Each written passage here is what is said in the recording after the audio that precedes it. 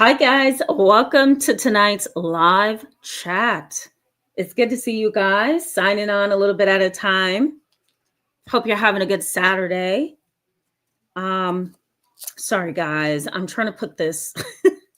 I'm trying to put this insane thing back on. Have you ever been injured and you're just the biggest baby ever? I don't get this. I really don't. I am a tough gal. Okay. And I don't whine. I don't complain half the time. I don't look for attention. But today and yesterday night, guys, my poor finger is really hurting me. So I was like, is there any ibuprofen, Tylenol, something in the house? Because I can't take this gnawing pain. It feels like a toothache, So this has been my issue all day. So I'm trying to put this little splint thingy back on. I keep snatching it off. You want to know why, guys? Something's wrong with me. Okay. I like to do work, I guess, but I took it off today because I wanted to garden, and then it started burning, and then it started hurting, and I kind of backed out of my gardening. Then I went to cook, backed out of cooking. Then I went to wash my hair, backed out of washing. Come on, guys. Like this is, I'm feeling like half traumatized by not being able to use my finger. Okay. So hopefully that made you laugh a little bit before we jump in. Guys, it's always so good to see you. Looks like everything is good on my side. Let's go ahead and jump in, right? This conversation, I don't know. I felt like the title was a little tricky because in a sense, this is about abuse amnesia. And I'm going to explain that in a little bit, but it's also very much about being misunderstood, being considered untrustworthy, unreliable, or a liar in a very dysfunctional, toxic dynamic.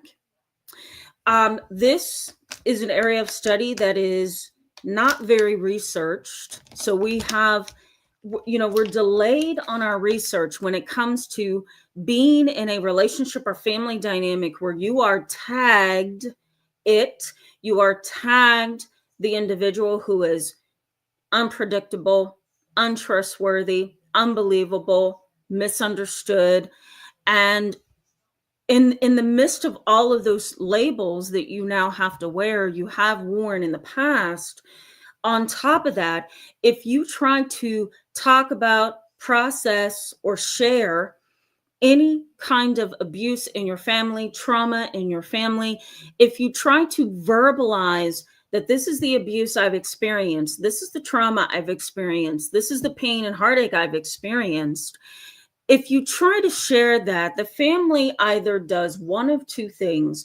They either shun you and talk about you in a gossipy way, stating amongst each other in a coalition, that you're dramatic, nobody should believe you, you were never abused, you were never traumatized, there's nothing wrong with you, don't listen to her over there because something's really wrong, right? You're either tagged that way or you are treated insignificantly. And emotionally, you can feel that, right? Think about if some of you have been to therapists, and this is something I try to make sure that I do for every last one of my clients, even my challenging, difficult ones. You have to be able to feel understood. You have to be able to feel heard. Even if you're not understood, you can feel heard even when you're not understood. Within a toxic family dynamic, you're not heard. I call these the 3Ds. You ready for this? This is the 3Ds of a dysfunctional family. Don't talk, don't feel, and don't question. I'm going to put this in the chat box. So my clients, most of them, oh my God, I can't type. My clients know the 3Ds of toxic family. And I share this with them all the time. Don't talk, don't feel, and don't question. There you go. Don't talk, don't feel, don't question. In a family where you are extraordinarily misunderstood, in a relationship dynamic where you are very much ousted, silenced, minimized, right? Kind of dealt with in a way that says that you're insignificant. Your thoughts, your feelings do not matter. In that kind of a dynamic, that dynamic in and of itself is traumatizing. And what keeps it going is don't talk, don't feel, don't question. Go along, be quiet, don't feel. And that is the foundation of a toxic family dynamic. Within the toxic family dynamic is often what's most important when it comes to understanding is a controversy, around false or unreliable beliefs and experiences or memories. Now, let me break this down a little bit. You may be in a toxic or dysfunctional family dynamic where nobody really cares to understand you, and you can feel that, and you know that. You share that you have been abused, traumatized, mistreated by your mom, your toxic dysfunctional sister, your narcissistic brother, your psychopath father. You share with somebody in the family dynamic that you have been mistreated.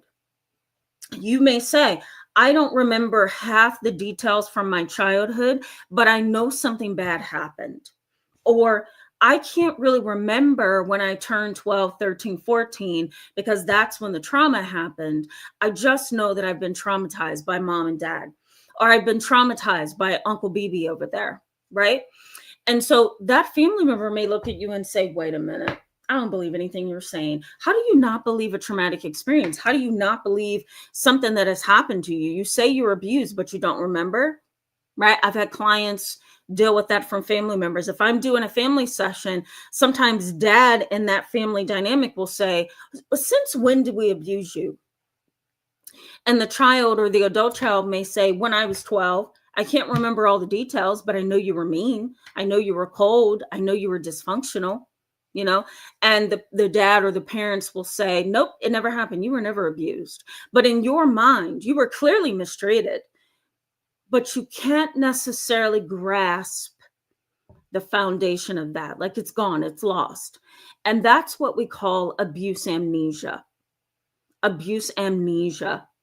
Abuse amnesia is basically you experience abuse, you experience trauma within your family dynamic.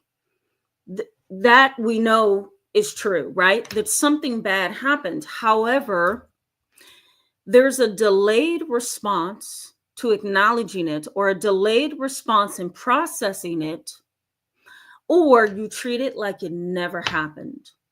You know something happened. You feel something's happened. You feel disconnected from the people that you love, from the people who you thought loved you. You feel disconnected from the family dynamic because you know something happened that was traumatizing and abusing or abusive to you.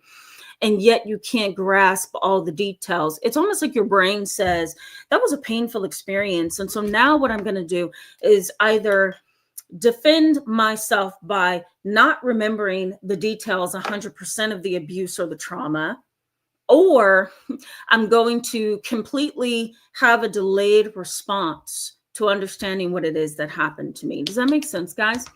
So the brain kind of takes a protective stance and says, I'm either going to delay my full processing of this, and this is why I can't recall what happened to me within this family dynamic, or I'm just strictly going to treat it as if it never happened at all. But you do know something happened. You can't figure out, or you can't remember what it is. We also call this delayed memories. Okay, let me put this in here. So abuse amnesia. It's either a delayed response to abuse and trauma, or you treat it like it never happened, right? I see that's abuse amnesia. I see somebody saying, let me add this in here, positive vibes only. Hello and welcome. It's good to see you tonight. Positive vibes only says, and that never happened. That's like the constant foundational principle of abusive and traumatizing family dynamics. Underneath the surface of everything is it never happened. It never happened. I once had a client like this. I might have been last year around this time. Terrible situation where the daughter had been sexually violated by her brother, her older brother, who had still been living in the same house as her. She was 17, he was 19, but he wasn't ready to move out yet. And so mom and dad kind of let him stay home, let him kind of, clean up around the house, do some gardening, do some landscaping, pitch in where he can. The sad part about this case is this, that the young lady ended up feeling depressed and anxious and suicidal. And she started doing marijuana constantly throughout the day. Like, we're not talking a little bit of marijuana during the day to just kind of relax. We're not talking about a little bit of marijuana at night to just go to sleep. We're talking about bags of marijuana. And she would go to school, buy the marijuana, put it in her clothing or a backpack, head home, smoke the whole bag of marijuana. I told her one session, I says, look, you're self-medicating. I don't like marijuana. I don't want it in your system. Your brain is not fully developed yet. You need to come off the drugs because you're doing more damage than good. Unfortunately, she didn't hear me, so she continued the marijuana use. So one night she was depressed, crying, feeling misunderstood by mom and dad, who wanted to put up a facade to the world that we're a great family. We're a wonderful religious family. And we're all put together well. Everybody's been raised right. Everything is good. The reality was, no, that wasn't the truth, because the 19-year-old had violated his sister and mom and dad did nothing about it. Okay. One night, again, she had a bag of marijuana, crying, didn't feel understood. The list goes on. Next thing you know, she's now headed towards having suicidal thoughts that are active. So active suicidal thoughts means it's no longer in the back of my mind. It is now coming towards the front of my mind. And now I'm formulating a plan. And with this plan, I'm formulating a time and a day. With that, I'm also formulating what instrument I'm going to use to take my own life, right? So she was high risk, came to me. We talked about it. We processed it. This is where abuse amnesia came in. She knew her brother sexually violated her. She couldn't remember for the life of her the date, the time, the place. And so what did that do? It caused mom and dad, once they found out, it caused mom and dad to what's the word I'm looking for? It was right there on the tip of my tongue. Well, I'll put it this way. Mom and dad decided to not believe her because of abuse amnesia. She knew something happened. She knew it was highly inappropriate, but she couldn't nail down the day, the time, or the place. And so that caused mom and dad to doubt her. What does doubt do when you've already been abused within a family? It leads to abuse amnesia. It either never happened or it is going to hit you at a later time. So it's delayed, right? It's almost like the brain says, I'm not being believed. This is a really hard trauma. I don't want to feel ousted, minimized, insignificant. And I can't remember all the details, so it didn't happen. But it did happen to her. And it was a very, very sad, very, what's the word I'm looking for? Life-changing case for me, because you have a mother and a father who clearly knows their son was perverted. They admitted it.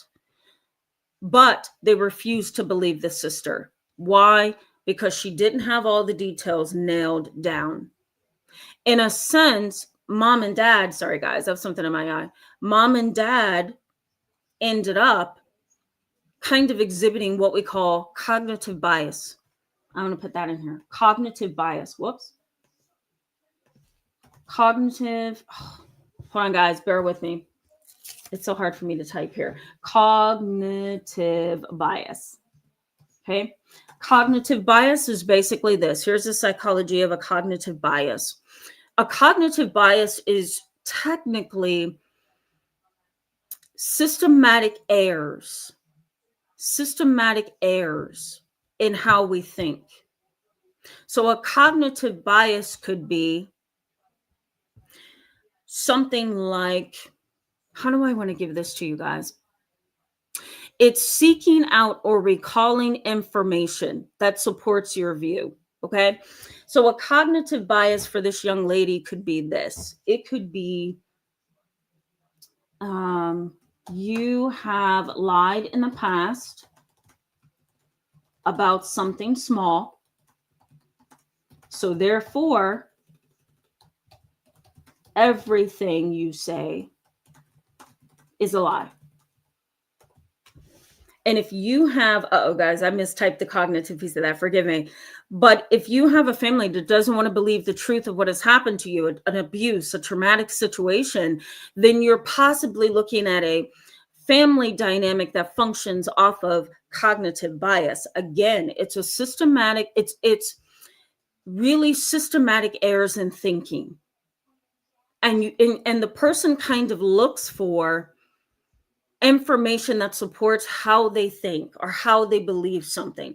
So of course they're not going to believe you because, again, maybe you did something small that didn't add up, or maybe something happened that caused them to doubt you, but they're always going to look for information that's contrary to the truth when it comes to you. Does that make sense, guys?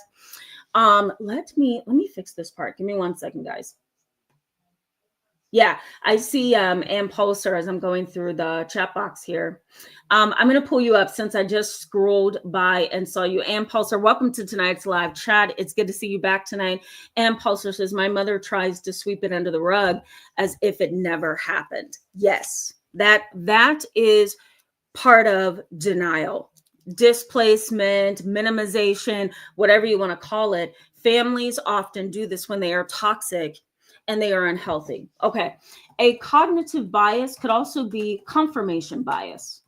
Okay. And in confirmation bias, here's what happens. The person looks for information that supports how they want to view something, right?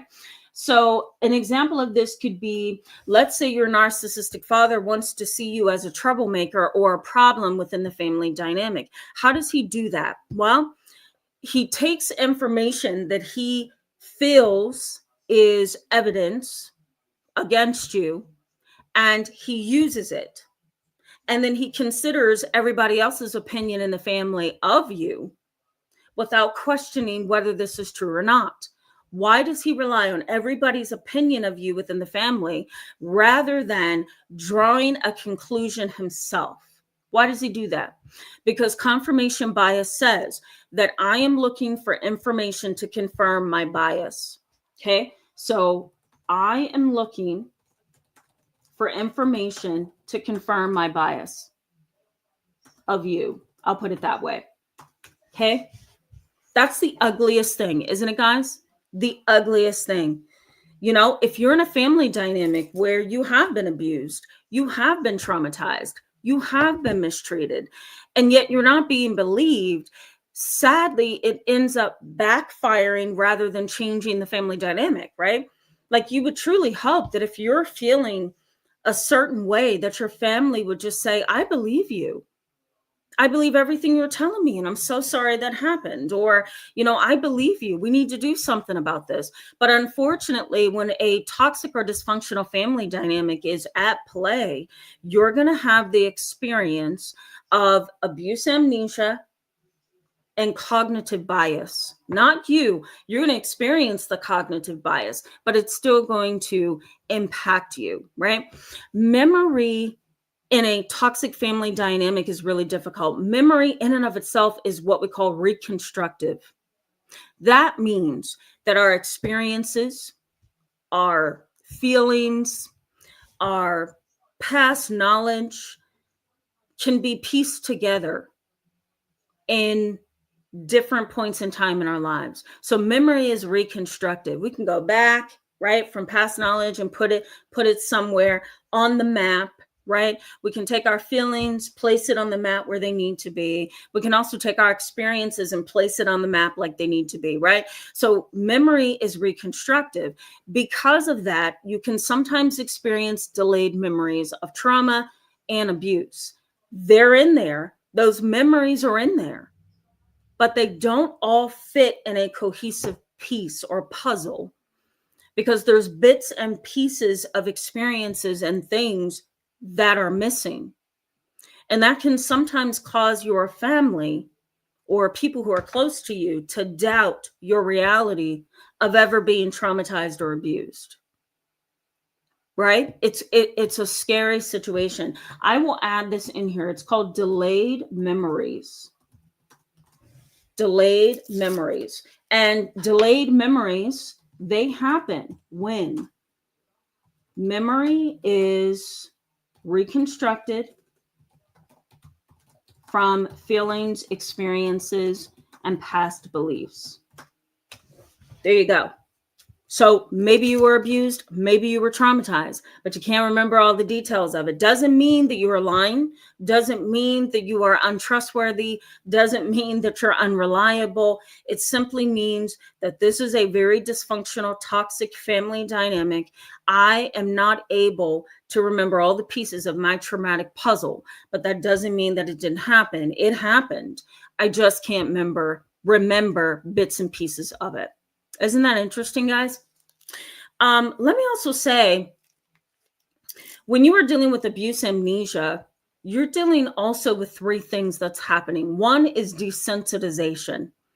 It's almost like you become desensitized in a way. Does that make sense? Let me see if I can add this. Every time I put it back on, I want to type something to you guys. Okay, so abuse amnesia can sometimes cause you to feel desensitized. Desensitized to the abuse and trauma in your family, right? You've experienced so much that you almost become desensitized to the abuse and the trauma within your family. It's kind of become a normal thing, right? There may also be denial and displacement happening in the family dynamic, right? You may have been abused. You have been mistreated. Maybe you have been traumatized. Family doesn't believe you. Family doesn't want to hear you. Family talks against you. Family minimizes you, right? We might as well throw in there denial. So family starts to deny and say, this didn't happen. That never happened. That's not what I really meant. You misinterpreted that. Can you kind of see how the tables can kind of get turned on you? So there's denial. So you become desensitized to the abuse in the family. So it's almost like it's a normal thing for you at this point. Denial and displacement gets in the way. And abuse amnesia can kind of be like a coping strategy. I don't remember. And some family members may also say to you, I don't want to remember. I don't want to give you any space to say that you were abused or mistreated. So sometimes it's an unhealthy coping strategy for them. Uh-oh. Does that make sense, guys? So family may say, you're a liar. You're misinterpreting that. You're exaggerating that. That didn't happen. I had a situation like that this past week with a client where mom and dad didn't believe her. Brother and sister didn't believe her. And everything she said was, that never happened. You're a liar. Oh, so we're doing that again. Nope, that never happened. When did we do that? Like, that was the entire session, right? And so I explained to the family, she's not just coming up with this stuff off the top of her head. Like, these are experiences. These are emotions attached to those experiences. And she's pulling pieces of her history to the forefront to make sense out of this complex whole. And so you can't deny every single thing that she has experienced. And so, the family just kind of sat there like, did you just say that to us? Wait, let me just digest that for a second. Because any and everything that she would say was, that never happened. You're an exaggerator. Why did you think that? That's not what I meant. That never happened. Since when? Right? That was the constant replies from mom, dad, her sister, and her brother. You know, and unfortunately for this young lady, she was placed in the position of, you're lying, you're not honest, you're being unreliable, you're misinterpreting reality. And I strongly do not believe that she was misinterpreting reality. I think there was something really big going on there. Unfortunately, she's missing bits and pieces of her trauma because of delayed memories, because of abuse amnesia, because whatever. It could be a high level of stress and anxiety and fear for all we know, but only bits and pieces of her memory comes back of how traumatizing and abusive her family has been to her. So in tonight's live chat, I'm going to give you some information briefly on challenges that are a part of this kind of family dynamic where you are not believed, you are minimized, you are treated as if, you know, you exaggerate things or you lie or you misinterpret. So I'm going to give you some information on research and psychology around this topic. And I want to bring up the impact of this on your healing process, because in order to heal from trauma, right, in order to heal from the abuse that we talked about yesterday, and the dynamics that we talked about yesterday, you also have to have some kind of ability to validate yourself. You also have to have some ability to share with other people and be believed. All right, guys, let me go to the chat box. Let me see what you guys are saying. Let me engage you a little bit. Pink Meadows, hello, my friend. It's good to see you. Welcome to tonight's live chat. I always feel like I see you at the beginning of the chat, but I don't see you further throughout the chat. So I don't see you. So it feels like I skip you every week or every other week. So I apologize for that if you've noticed, but it's good to see you. Love your positive vibes. It's much. I hope I said that correctly. Welcome to the channel. It's so good to see you. And thank you for being a member of the channel. Always love to have new members. Yeah, they say here to listen and learn. That's really good to hear. Phoenix, hello, my friend. It's good to see you. Welcome back tonight. Okay, let's keep moving, guys. Phil Bradley, NGO, and Pulsar. I already said hello to you, but I'll put you in there. Brandy Nuance, who's going to rewatch this later. Ellie Wynn, Lore Fit, hello and welcome to all of you. It's so good to see you back tonight. Okay, let's keep moving. Dr. Right Life, good to see you. Welcome back. I'm going to put your comment up on the screen so people can see it.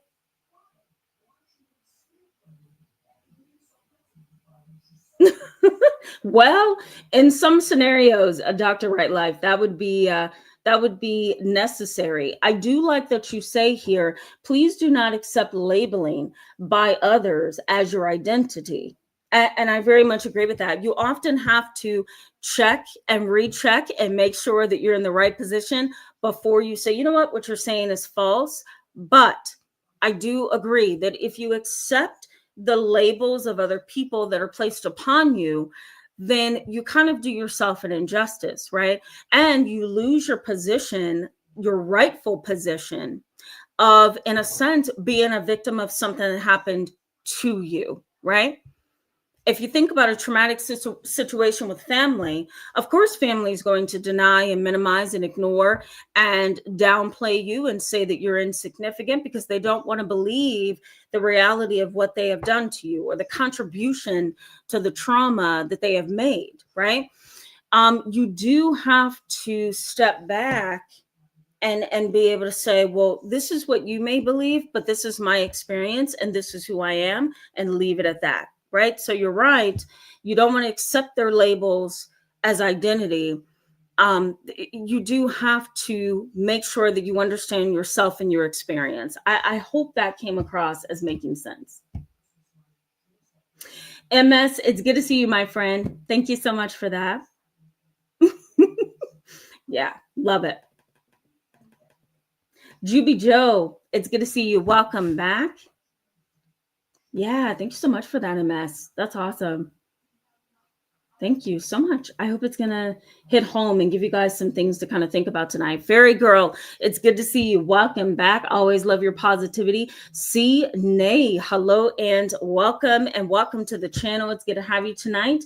Kev Dower, hello. It's good to see you and thank you so much. Thank you. I think you were with us yesterday, weren't you, Kev Dower? For those of you who were not here yesterday, I have no idea how this happened. Okay. Have you ever been so busy in life, you get an injury and it starts swelling up and it turns a certain color and you're like, I probably should get that checked out. Well, that's kind of what happened to me. I went to bed one night and I woke up the next day and my finger was burning and sore and red and swollen. And I'm like, okay, what happened here? And I kind of downplayed it for a few days. I'm like, oh, please, it's a finger. So what? It's going to be okay. I'll put some Neosporin on it and peroxide. And that only made things worse. So here we go. One finger splint later. So thank you for that, Kev Da. I appreciate you. Fifi LaFleur, hello. Welcome. It's good to see you in tonight's live chat. Fifi LaFleur says, oh, yes, my family gaslights me. I'm their whooping girl, the family scapegoat. Yeah. Gaslighting is really the experience of being told your reality doesn't exist. That's how I like to explain it to families that see me, because the term gaslight has become just as overused as love bombing, and narcissist. Those are like overused words in our society right now. So I often like to break down what gaslighting is. What is gaslighting? It's the experience of being told that your reality doesn't exist. It is not real. It is a distorted perception of reality. And that can really throw you off course, right? You know what you feel, you know what you think, you know what is happening, and yet you're being told that your reality is distorted. And that's a very difficult place to be in, right? Yes, Keith B. I think I said hello to you, but I can't remember. It's always good to see you in the chat. Welcome tonight. Debbie, hello and welcome. Good to see you. All right, let's keep moving. Yes. Thank you, Juby Joe. Yep. I think we're just really independent. That's what I think it is. Tammy Nicely, hello and welcome back. I haven't seen you in a little while, so it's good to see you. Curtis Draper, yes, you're welcome. Hello, good to see you. All right, little Joanne, hello and welcome. It's good to see you in tonight's live chat. I'm looking for comments, guys. Welcome. I'm going to put you up here. Welcome, Maggie Mo. Welcome to the channel. It's good to have you tonight. Dawn One, it's good to see you. Thank you so much for that. Yes, and you're welcome. You're welcome. All right, let's read MS here. MS says, I wish there was no violent abuse leading to trauma. Wow. The 3 Ds of a toxic family is a brilliant way to explain such a situation. Thank you. Yes, you're welcome. For those of you who may have just signed on, the 3 Ds that I teach my clients is happening within a dysfunctional family is don't talk, don't feel, don't question. Be quiet. Don't feel your emotions, internalize them. And don't talk and be open with anybody, right? We're going to walk around with earplugs in and blinders on our eyes. It's despicable, right? Yeah. All right, guys, let's keep moving. I'm just looking for comments here.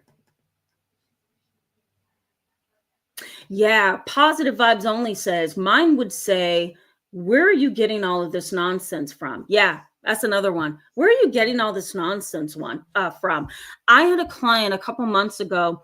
I ended up referring her to a therapist that could see her 2 or 3 times a week because her depression was so just entrenched. Like her depression was so hard to kick. And it was because of the abusive dynamics of her family. So I invited mom and dad in, and she felt ready to kind of address them about her trauma and some of the challenges that she was experiencing. And I remember her mother and her father sitting there and saying, you have absolutely nothing to be depressed about.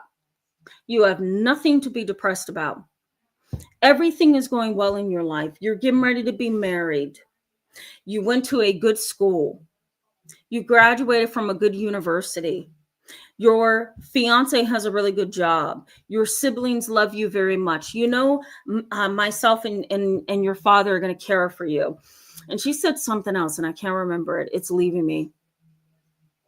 I can't remember it right now. But she named all the different things that she felt should kind of debunk her depression or silence her from saying, I am severely depressed, you know?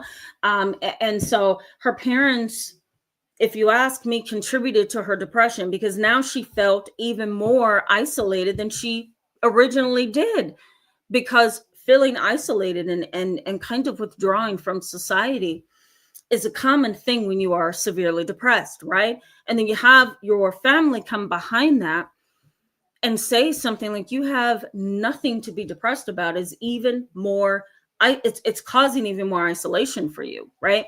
You feel even more alone in that particular situation. So positive vibes only. I've heard what you have heard, and I've also heard you have nothing to be depressed about. I think they're awful. Sugar Bella, hello and welcome. It's good to see you back tonight. Sugar Bella says, my mother whipped me after I was assaulted. She actually walked in on the assault while it was occurring and hasn't apologized for it to the day. Oh my God. Oh, that's awful. That is so awful. I wonder if, I'm so sorry that happened to you, by the way. I wonder if she didn't see it as an assault. Like, I would love to pick her brain, and just ask her the question, what did you think this was? She may not have seen it as an assault. She may have seen it as, this is something that you're allowing, or this is something that you're equally engaging in, rather than this is an assault, right? Yeah. It's hard to get through to stubborn, toxic, dysfunctional family members who you need to believe you, and especially when that bullheaded, toxic, dysfunctional individual is your parent, right? Yeah. Yeah. Juby Joe says, my experience was not to face the controller because they may flip. Absolutely. So then what do? You engage in not experiencing your emotions, not talking, right? And not questioning what's going on. So you're silenced, right? Yeah. Okay. It's much. That's so kind of you. I'm going to heart your comment in the chat box. Thank you so much for that. She says, I appreciate your hard work. Thank you for being you. It makes me need to be a better me. And that's all I ever wanted. Oh, that's so sweet. Thank you so much for that. That's touching. I feel that. Thank you. And I'm really glad you feel like you need to be a better you, right? That's the whole purpose for the channel. So that's awesome. All right, guys, let's keep moving. Christina Smith, hello. It's good to see you back with the love. Scorpio Bird, hello and welcome. It's good to see you. Scorpio Bird asks, what mental health disorder can long-term gaslighting create? Complex PTSD? I would say long-term gaslighting would not necessarily be considered long-term gaslighting. It would then go into complex PTSD, or it would stir up chronic or acute stress. We can also call it chronic or acute distress. And I want to add something else in there, but I'm not going to do it because it's going to confuse everyone. I would just say that if you have been invalidated for a very long time, borderline personality, we can throw that in there. That can become a thing as well. But you can also, again, suffer from complex PTSD if long-term invalidation has led to further abuse, right? So you kind of have to be careful here. Complex PTSD would have to include a series of behaviors, actions, belief systems, mindsets, whatever, that you were around and the abuse happened constantly, repeatedly over a long period of time. And to a point of, I'll put it this way, to a point of you really struggling in your mind, in your heart, with what has happened to you. Does that make sense? So it has to be kind of paired with something else. Like you can't say I have complex PTSD because I've been gaslit and invalidated. Excuse me, that's not gonna be enough. So it kind of has to be a part of a variety of symptoms. I hope that made sense. Okay. Axe to Edge, good to see you. Welcome back, my friend. It's always good to see you. Scorpio Bird, let me go back to you for a second. That was a great question because a lot of people fail to realize that you can be gaslit, you can be invalidated, and it can lead to a series of post-traumatic stress or chronic stress or even complex PTSD as long as there are other symptoms. So I wanted to say that before we move on. Okay. Sarah Lila. Hello and welcome to the channel. It's good to have you. I hope I said that correctly. Patrick Black, one, I haven't seen you in a while. Yeah, I agree with that. Yeah, welcome to tonight's live chat. It's good to see you.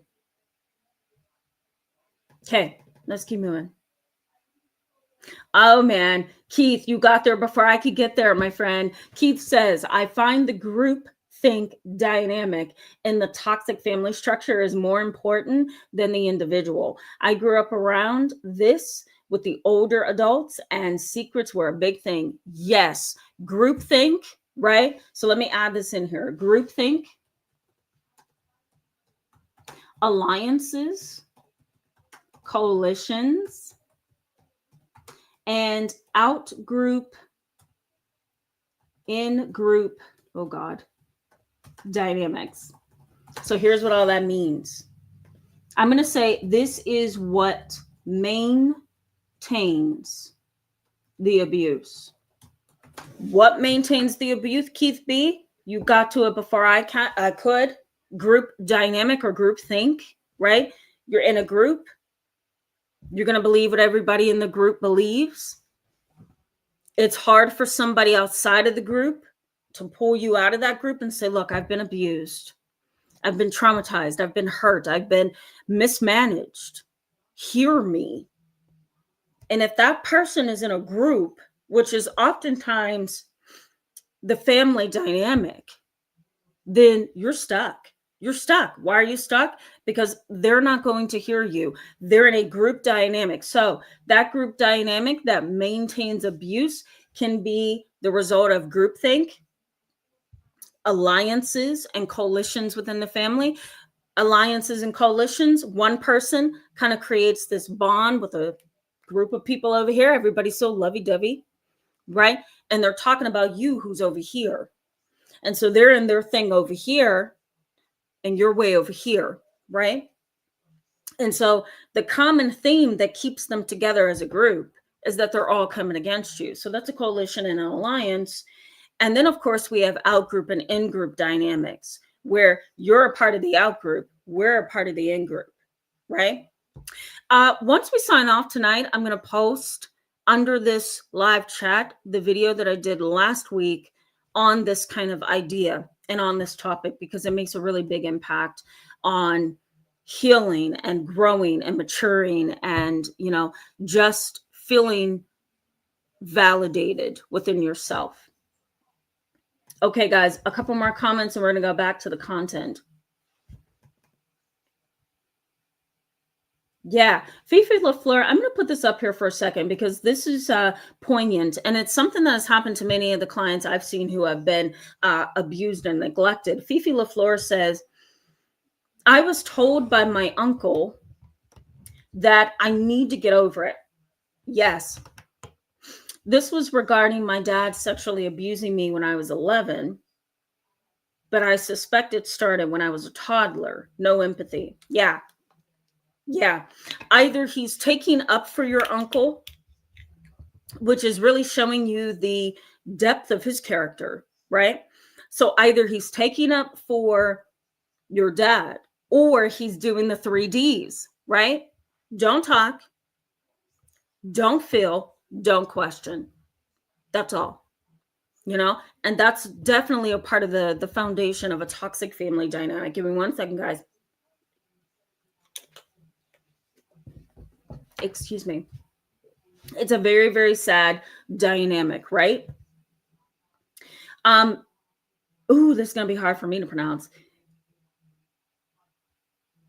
E. coli? I'm so way off. Correct me, okay? Let me know in the chat box how that's pronounced if you can. But hello and welcome to the channel, and thank you for being a member of the channel.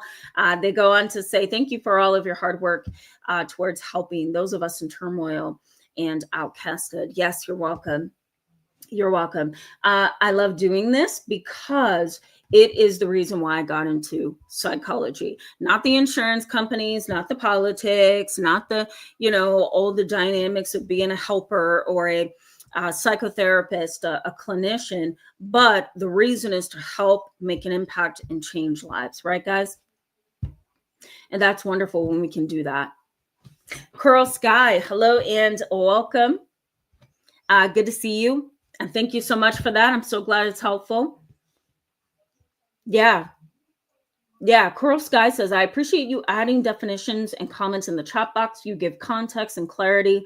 It is helpful and empowering to understand even the basics. Thank you. You're very welcome. And that is why I started doing that, Coral Sky. So thank you so much for saying that and for showing me that that is helpful. Yeah. Can I regard your name as Fef3? If it's not correct, please correct me, but it's good to see you back tonight. So glad you remember. Okay. Okay, bear with me. Jeremy Robinson, you're my last one before we go back to the content. Jeremy Robinson, it's good to see you. He says, sounds like my family when I confronted my mom about belittling me in front of my sister. She completely denied doing it. Yeah. You got to keep in mind that when you are slightly or very much abused in your family dynamic, if something is being done to you by somebody who is the golden child, the rescuer, the prominent one, the popular one in the family dynamic, you are automatically going to be ousted, even when it is very clear. Even when it is very clear that you are the innocent one. You're not going to be seen in a positive light because that person already has what, guys? You remember what this is called? Confirmation bias. I'm going to only look at information that supports my view. So if my view is that you are the black sheep, and if my view is that you are the scapegoat, you are the problem, you are the issue in the family dynamic, even though my daughter's wrong, Jeremy Robinson, even though my daughter is wrong, I'm going to go ahead and just believe that you are the problem because I have information that can support that you are the problem. Confirmation bias, constantly looking for information to support what they currently believe. And that happens so much in toxic family dynamics, and it can lead to a lot of relationship trauma, right? Okay, guys, so what are the challenges in this family, this kind of family dynamic, this dysfunctional family dynamic? Research suggests, and I've seen this clinically as well, that there is a lot of limited perceptual accuracy. You have family members, right? They're perceiving a reality through these lenses, okay? Maybe those lenses are biased. Maybe those lenses are angry. Maybe those lenses are the lens of perpetual and generational trauma. Maybe the lens is a biased lens because of age, race, position in the family, family dynamic, the list goes on. Whatever the case, limited perceptual accuracy helps to maintain the abuse and the trauma within a family dynamic. Of course, they're not going to believe you. Of course, they're not going to hear your experience. Of course, they're going to minimize what it is that you say that you have experienced because there's limited perceptual accuracy. I will say, I will share this piece of information. I'm not going to tell too much of it because it is my mom's story. It's not my story. to tell, but I will offer this, that my late grandmother, who we love dearly, she was literally the matriarch of our family, literally the one that sat at the top, and from her flowed everybody else. Okay. Her children, my uncle who just passed away, my uncle, my mom, my older brother, me, my younger brother, her cousins, all her grandchildren. She was literally up at the top, and everybody flowed beneath her. That's literally how she was sitting in our family. It was pretty interesting to see how that all went. But she was a, powerful woman in our family dynamic. However, before she became that powerful matriarch, she had to get saved. She had to stop partying. She had to stop drinking. She had to stop doing all of that, dating around and being wild, not out of control. And then she could be that woman at the top everybody flows from. Prior to that, though, my mother, not so much my uncle, because my uncle kind of escaped. He went to another state as a young adult. My mother stayed with my late grandmother, and she was reportedly a pretty bad alcoholic, because my grandfather, which was her husband, had an affair with a woman that knew my grandmother. So she would come over and play cards and have little get-togethers and little dinner parties with my grandmother and my grandfather and my grandmother's brothers. So it was like this gathering every Friday or every other Wednesday night, And little did my grandmother know that same woman would sleep with my grandfather. And so when he had an affair, my grandmother's life changed, and she became a severe alcoholic, drinking all the time, being abusive when she's drunk, saying things she didn't mean, behaving in ways that are bad. The list goes on. My mother wears a mark on her arm to this day. And my grandmother did admit, I believe, if I'm not mistaken, that she did do this.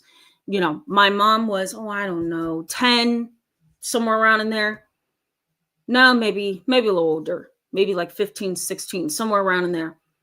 And my grandmother was dancing around in the house with music on, and she had had too many alcoholic beverages, and she was smoking a cigarette, and she put out the cigarette on my mother's arm, and that left a scar that she still wears, and she's almost 70.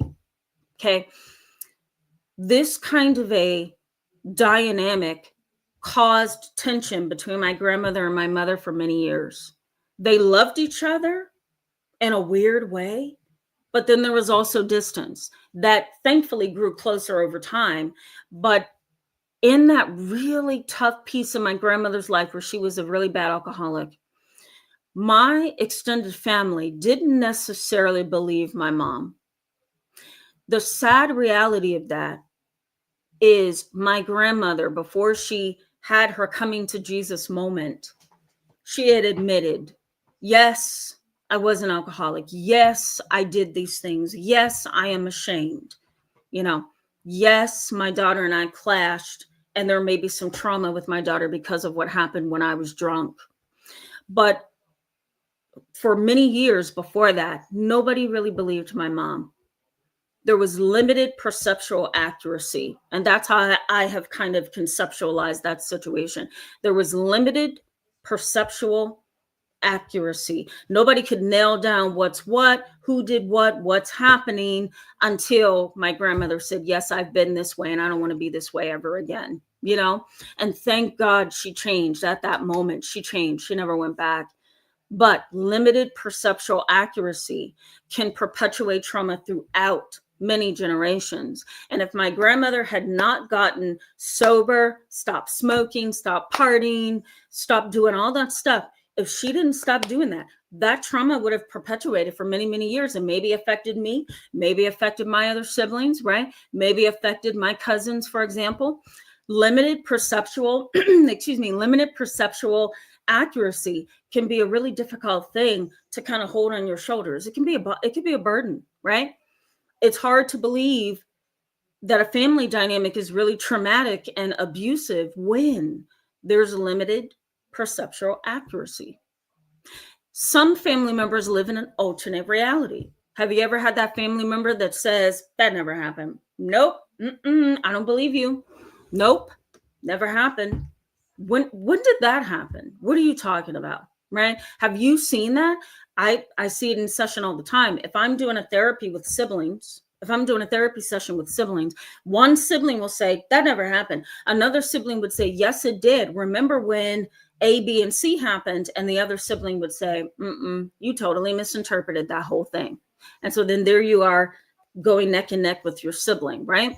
So sometimes family members evolve from an alternate reality. They're not going to see it any other way than how they're currently seeing it, right? Unmet emotional needs, that's another issue.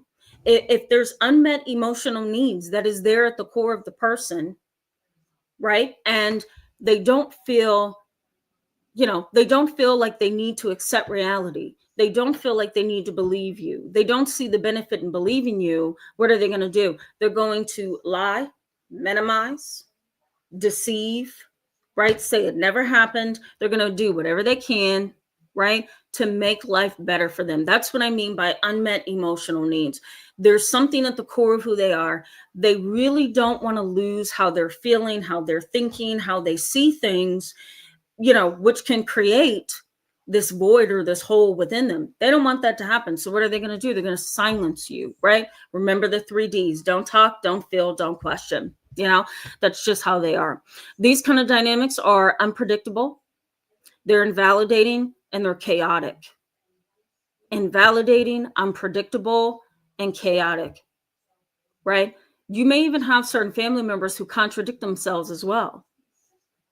They may say, I believe in truth. I believe in honesty. I believe in authenticity, and then turn right around and believe something that's not true, or fail to listen to the truth of your trauma, or refuses to give any life to your traumatic experience, right?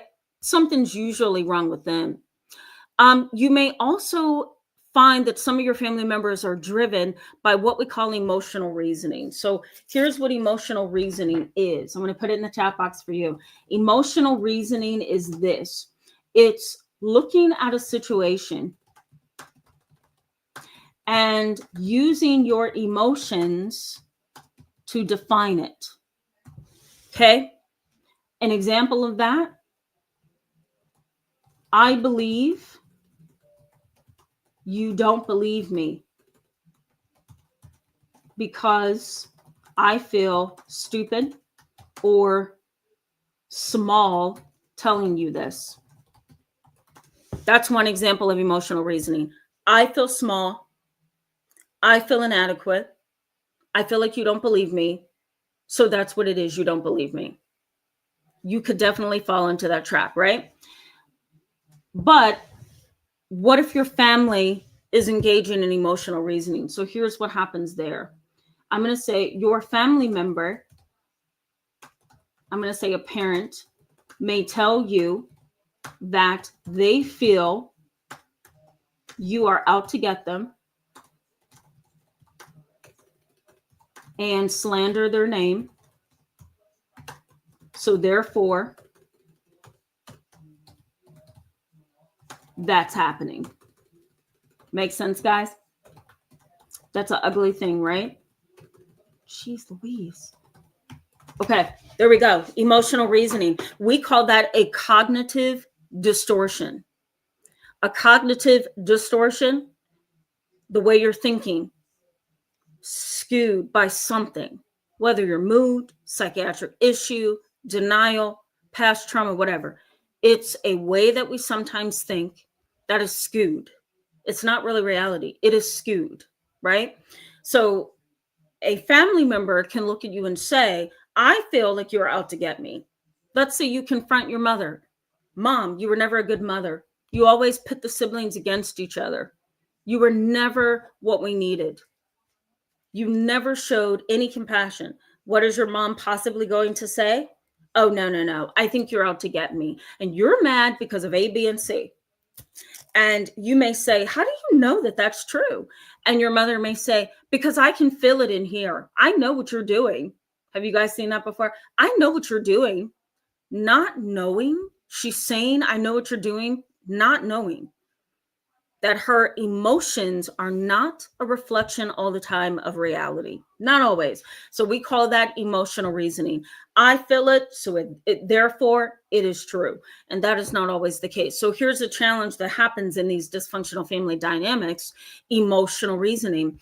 Let me also mention too, drugs and alcohol can control behavior, can control somebody's ability to accept or receive reality, right? And secrecy, and lies that have started young can also be a challenge of this family dynamic. Kids don't just 100% come up and just lie. Sometimes they have seen mom do it, they have seen dad do it, they recognize there's some benefit to it, maybe they've gotten away from it or gotten away with it. So in some family dynamics, secrecy and lies are at the foundation of how the family functions. I had a family like this 5 years ago. It was a nightmare to work with them. You know why? Mom was a liar. Dad was a liar.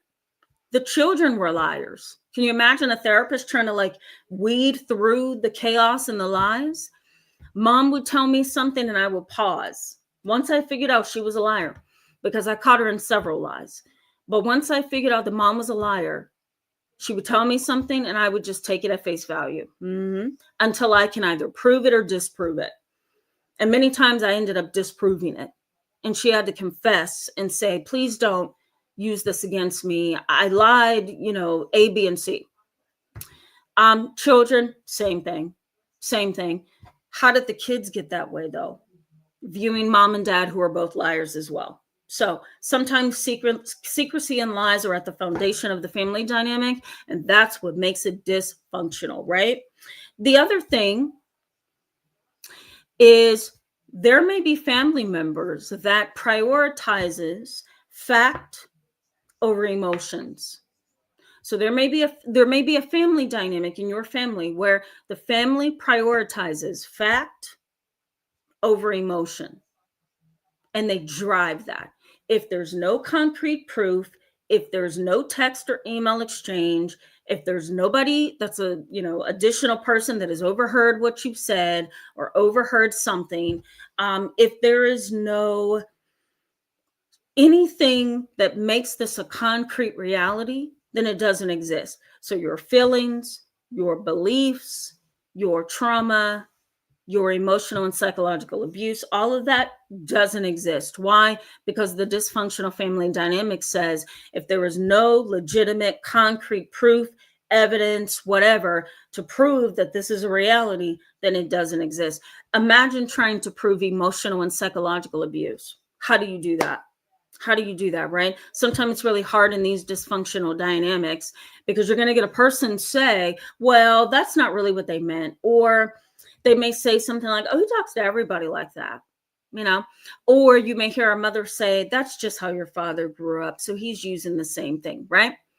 So if it's not concrete, if it's not factual within this kind of a toxic dynamic, then it didn't happen.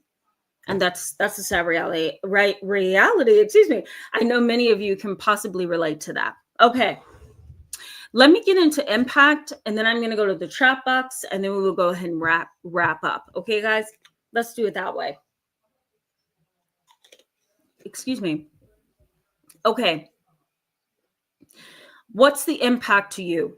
You're in a family, doesn't believe you, doesn't want to believe you, doesn't understand your experience, doesn't seem to get you, and quite frankly, they may minimize you and see you as insignificant. So how does this impact you? Research in psychology around delayed memories, reconstructive memory, dysfunctional family dynamics. Some of the research is the same. And it says that if you have grown up in a dynamic like this, you are most definitely going to find difficulty in handling uncertainty and unpredictability. So you're going to have difficulty in managing uncertainty and unpredictability. It's going to feel like you have no control. It's going to feel like there's no structure. Part of that is because growing up in a family where you have to stay quiet or internalize things, not ask questions and not share your emotions, you're kind of used to shutting down. And so unpredictability and uncertainty may cause you to shut down because you don't know what to do with it, right? I mean, imagine growing up in a family where you're not allowed to talk about your feelings. You're not allowed to be hurt. You're not allowed to be offended. You're not allowed to be angry. You're not allowed to have questions about what's going on in the family dynamic. Over time, so much of that abusive, emotional and psychological behavior, it can kind of cause you to lose the ability to experience and to deal with your emotions and to process how you need to be in response to something. So when something's uncertain or unpredictable, that may throw you way off track, right? You may not know what to do because your family never afforded you that learning experience of talking and being open and feeling and working through that and then building self-control. So you may have a hard time with unpredictability and uncertainty. You may also find that you can't maintain or even achieve homeostasis. Homeostasis, I'm going to spell that for you guys. So homeostasis, if I can say it, is balance. Yeah, balance, control. So I'm going to say in a toxic family dynamic, come on, girl. Family, if I can spell it, family dynamic. So homeostasis is balance, it's control. In a toxic family dynamic, this doesn't exist at all. It doesn't exist. Homeostasis doesn't exist. So you may find in your personal life that you have a hard time achieving and maintaining homeostasis. Another way to put that is you may have a hard time achieving and maintaining equilibrium. Your life is not a balanced life, right? Your life is like up and down, up and down, up and down, right? So you're going to find it hard to achieve and maintain homeostasis, or equilibrium. The other piece of this is you may continue throughout your adult life to experience and be controlled by memory distortion. It's going to be really hard sometimes for you to remember exactly what the abuse was, when it happened, why you think it happened, right? And how long it happened for. All of those details may be blurred in your mind, right? You know something has happened. You just can't retrieve that information like you'd like to, right? And so if that has happened throughout the lifespan of you just being in your family, there's a possibility that memory distortion can continue. It may be really hard for you to pinpoint your abusive situations, your traumatic experiences, right? You also may have this experience of not being able to escape feeling targeted, right? Grow up in a family that's dysfunctional, grow up in a family where your experiences are minimized, your trauma is minimized, your experience of abuse is disbelieved, right? You may, in your adult life, struggle with feeling that you are targeted all the time. It's like wearing a chip on your shoulder all the time, right? You may also know the territory of abuse, but not being able to recall it right away. So let me put that in the chat box. So you may be able to identify the territory of abuse, but not recall 100% of the details. Let me explain what that means. I have a client right now struggling with domestic violence. Recently freed himself. I'm out of this. He said, no more hitting me. He has videos of his girlfriend hitting him, punching him, putting bruises all over his arms. And because he doesn't fight back, he's a decent man. Because he doesn't beat her, because he doesn't fight back, he allows her to just keep swinging. She scratched him in his face one time. He came to session with literally red scratches down the right side of his face. because she wears long nails, and she just clawed at his face. Why? I think you're cheating on me. She has what we would call erotomanic delusions, meaning she's delusional and believes that he is having an affair. So every time he comes in, she's ready to fight. So this time, she didn't throw a vase at him like she did the first time. She didn't trip him like she did the second time. She didn't take him to court for rights over their child, sole rights over their child, like she did the third time or the fourth time. This time, she used her nails as a weapon. So he had red scratches all down his face. It was hard to look at him because it just looks like it hurts. You know what I mean? He knows the territory of abuse. He knows he's in an abusive situation. He knows that he has stepped on an abusive, floor with his girlfriend. I'll put it that way for lack of a clinical term. He knows he's in the jaws of a abusive, traumatizing woman, but he can't recall 100% of the abuse that he's endured. Does that make sense? In a sense, it's almost like emotional memory. It's like emotional memory. You know where you're at. You can feel where you're at, but you may not be able to recall the details as clearly as you would like to. That's pretty sad, right? You may have a faulty self-concept. I don't know who I am. I contributed to the abuse. You may even go to a therapist. People come to me all the time, which can be a little frustrating because sometimes they come for my answer and then they never show up again to continue their treatment. But they do this. They'll say, I just need you to help me understand this. And they tell me everything that happened. And I make it very clear. I'm only giving you my instant review of this without having full context. They want to know, am I the crazy one? That's what I get all the time. Am I the crazy one? Was that irrational? That's what somebody asked me 2 weeks ago. Was that irrational? And it's like, you're looking for that confirmation. I'm not going to give it to you like that. That's not how that goes. But I can say it's an unhealthy dynamic. And sometimes they won't come back, or they'll come back and they'll say, okay, I want to do the work the right way, But I do get those cases where I'm a consultant and the person wants to know from me, is this odd? Is this absurd? Is this irrational? Is this wrong? Am I the problem?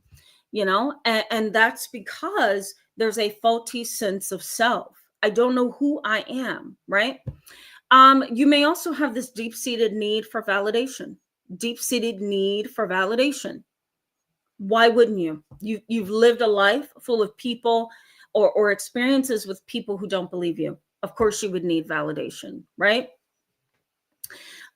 Stress and fear may also prime you for more. So an example of this would be if your father is an abusive man and he abused your mom, you heard the domestic violence all throughout your childhood and your adolescence. And now in your adulthood, he continues to be abusive, but he does it in a different way. He's abusive with the finances. He's abusive with his language. He calls you names, your mom names, the list goes on. That experience can prime you for more. And so then you end up in your own relationship that's abusive.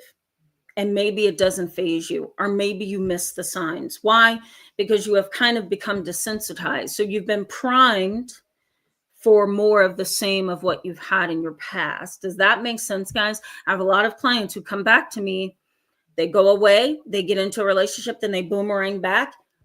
And they say, I don't understand how I missed the red flags. What do you think I say, guys? I always tell them, you're primed for this, right? From previous situations, it's primed you for more of the same. And so it's hard for you to determine what's a red flag. What's a red flag? What's a sign saying, warning, don't go this way, You may feel insignificant. You're not believed. Your legitimate concerns are played with, right? You may feel insignificant. And that's just something that you have to work on within you, and come to a place where you understand what has happened to you. You have explored what has happened to you. And now you are putting it to rest and moving on. You don't need Uncle BB's validation. You don't need Uncle Joe's validation. And you certainly don't need your mom and dad's confirmation that they abused you. You know you've been abused. you know the territory of abuse, right? And let me also just briefly say that false beliefs or false memories can be stirred also when you are in an abusive family dynamic. You may have memories of things that never happened. And that's where it starts to get a little tricky. That's where it starts to get a little deeper too. So this is something that a lot of people deal with. This is the impact of growing up in a dysfunctional family like this. You may have had tons of trauma and abuse, but some of those trauma memories may be so jumbled up that you can't pick what's the true one, what's the false one, right? Because it's all up here in your mind jumbled up, right? That's a little bit of a sad reality, because you may say something happened or remember something that never happened. Or maybe it happened, but not to the extent that it happened. So it can get really complex, guys. There's a lot of controversy around unreliable memories, false memories, and how overzealous therapists who are babies in the field can say automatically that's a traumatic memory right there. And it may not be that at all, right? So this is a lot, isn't it, guys? I'm going to loop into this live chat once we sign off here. I usually take a 2-hour break, and then I come back and look at the comments and post the comments, and the list goes on. So look for in the comments section a couple hours from now, I'm going to post my videos on extrasensory perception. You may have missed that one, so I'm going to make sure I put that out there for you. That's a little bit of a previous video, I think a couple months ago. And then I'm also going to put my years old video that I did. I'm going to put that in the comment section for you as well. It is on traumatic memories, so you can learn about the different stages of traumatic memories. All right, guys, let me just review this chat box and see where you guys are, and then we're going to go ahead and wrap up. All right, Christina Smith says, as the abused will actively try to push unpleasant thoughts and memories out of your mind, because this is necessary to properly move on with your life. Yes, absolutely. That can be very much the truth. Yes, I agree with that. I agree with that. And it may make it hard for you to recall that abuse or that traumatic situation. I think that's what you're saying. Yeah. Very much agree with that. Juby Joe says, I shared previous abuse about 40 years later to my half brother about the other half brother who just passed. Wow. He just chuckled and said, that's shyster. Wow. Maybe, do you feel like that was an adequate response, Juby Joe?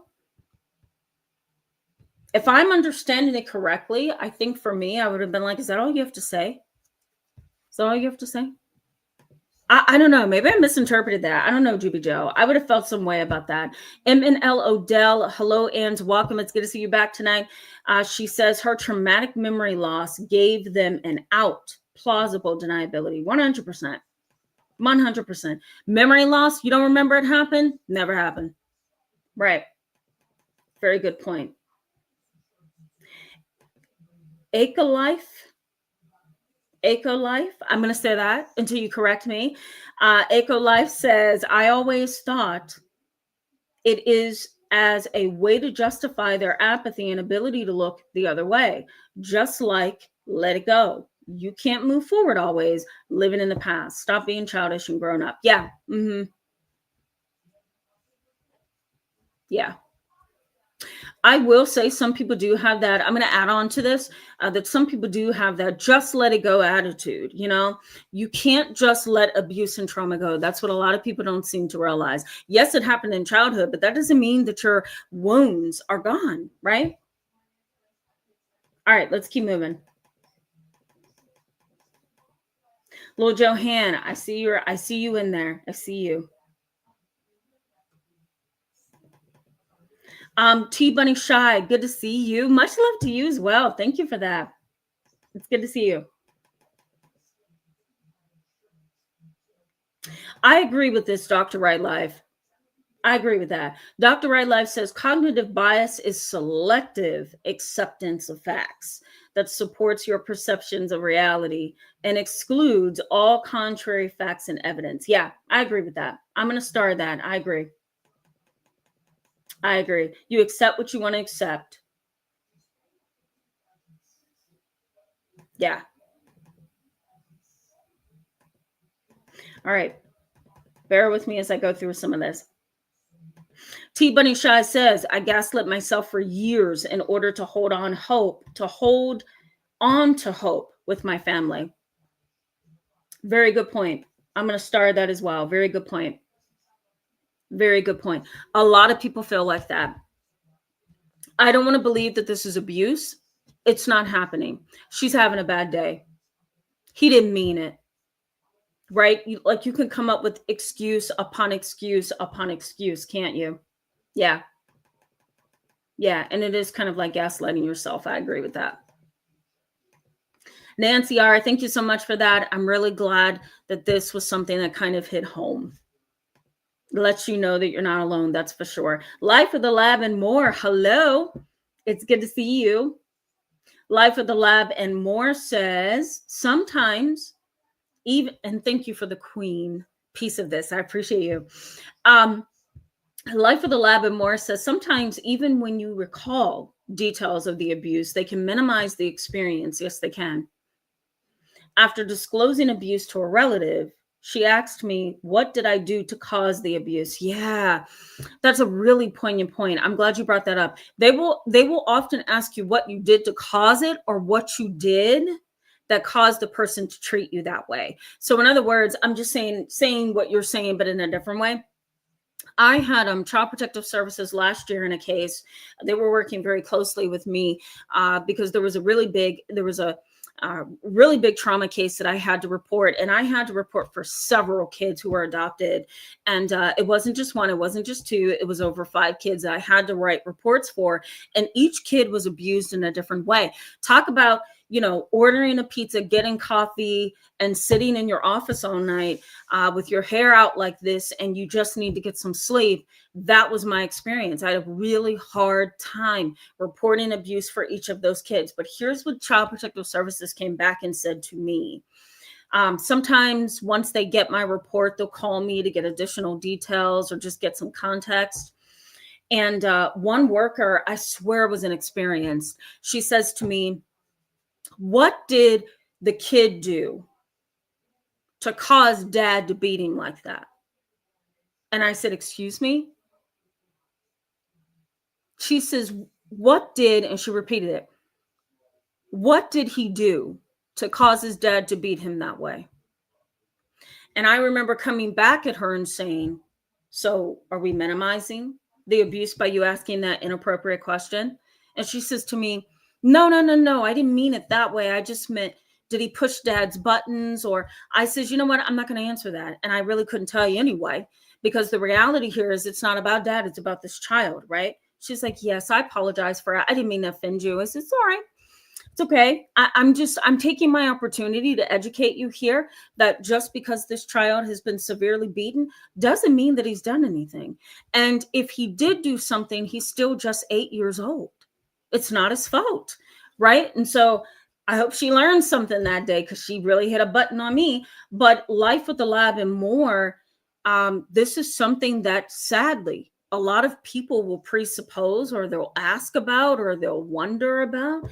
And it's kind of disgusting, right? Because in a sense, it's like saying that abusive person's over here, they're going to get away with it because you did something. You pushed a button, you said something wrong. My case with this 8-year-old boy, the idea was dad had been trying to discipline him all day, and dad was tired, and that led to the severe beating. I don't care what the heck it led to. I just know that the child came into my office with a blue and green backside. Okay. And that's all I needed to see. Okay. I'm glad you said that. Life with the Lab and More. Thank you for saying that. Creative Fish Designs. Hello and welcome to the channel. It's good to have you here tonight. We're going to wrap up here in just a little bit. Okay. Bear with me. Yeah. Patrick Black 1 says, that is so sad. The vulnerable are often victims of sick people. Yes, I agree.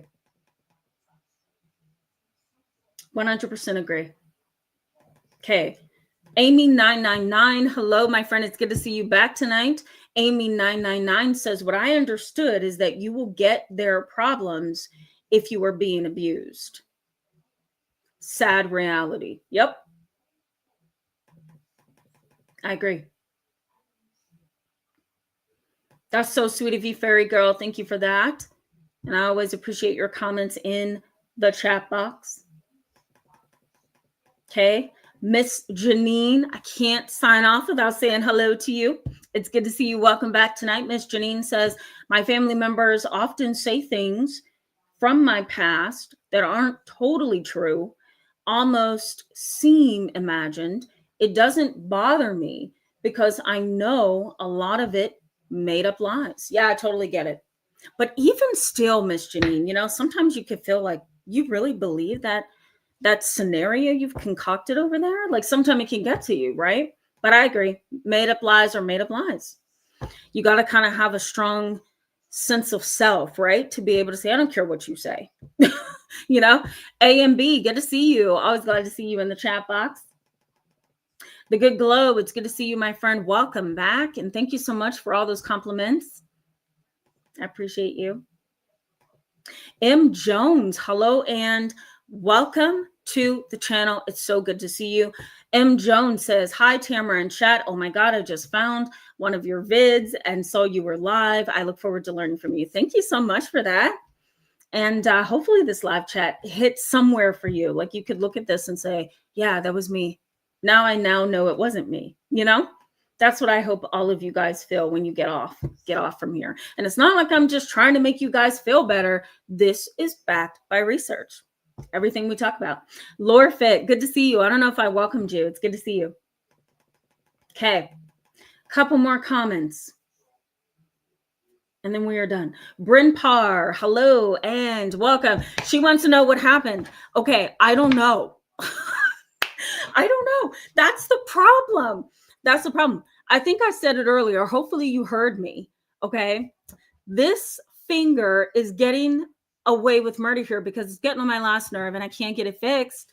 I went to bed one night and I literally woke up with a red, swollen, itchy finger.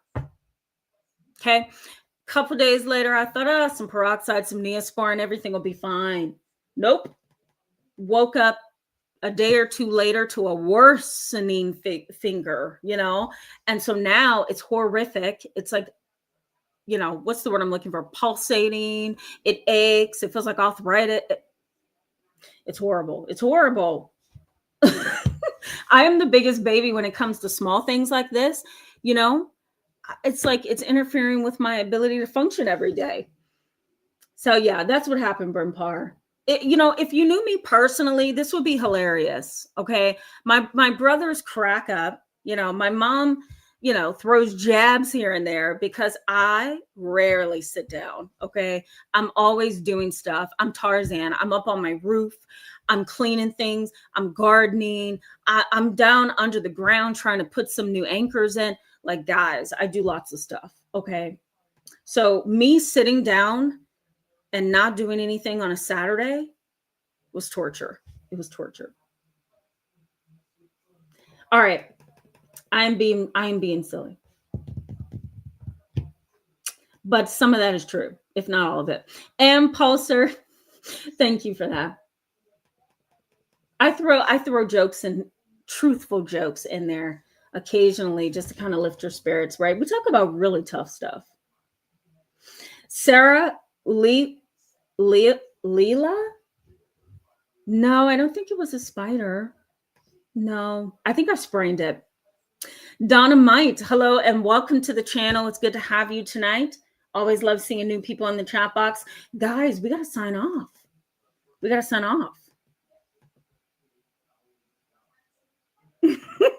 And Poster says maybe Tamara sleepwalks. I don't think so. I don't know.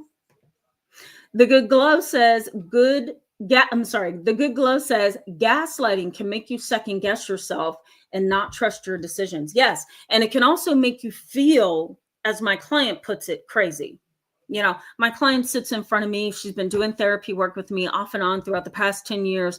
And here's what she said to me the other day. I feel crazy when I talk to my father. I feel crazy when I talk to my father. I feel immature. I feel insignificant, and I feel crazy. And I told her, see that as a revelation. When you start to feel that way, see that as a revelation that something is wrong with your father and not you. You should not be feeling that about an experience that happened, right? She came from a very abusive home dynamic, and he was part of it. And so she comes back to me, I'm almost like a goalpost for her. Like, she runs back, she talks her emotions out, she thinks through things, she sees me for a couple sessions, and then boom, she's back into life again, and she's good until the next time she needs to come back. So she came back this time because abusive dad makes her feel insignificant, unimportant, which is the same thing. So insignificant, crazy, and as if what she says hasn't happened, even though he knows very well that it has, So you're right, the good glow. It can make you second guess yourself 100%. Bree 420, hello and welcome. In case I missed you tonight, it's always good to see you. Okay. One more comment. Then we're going to go. One more comment.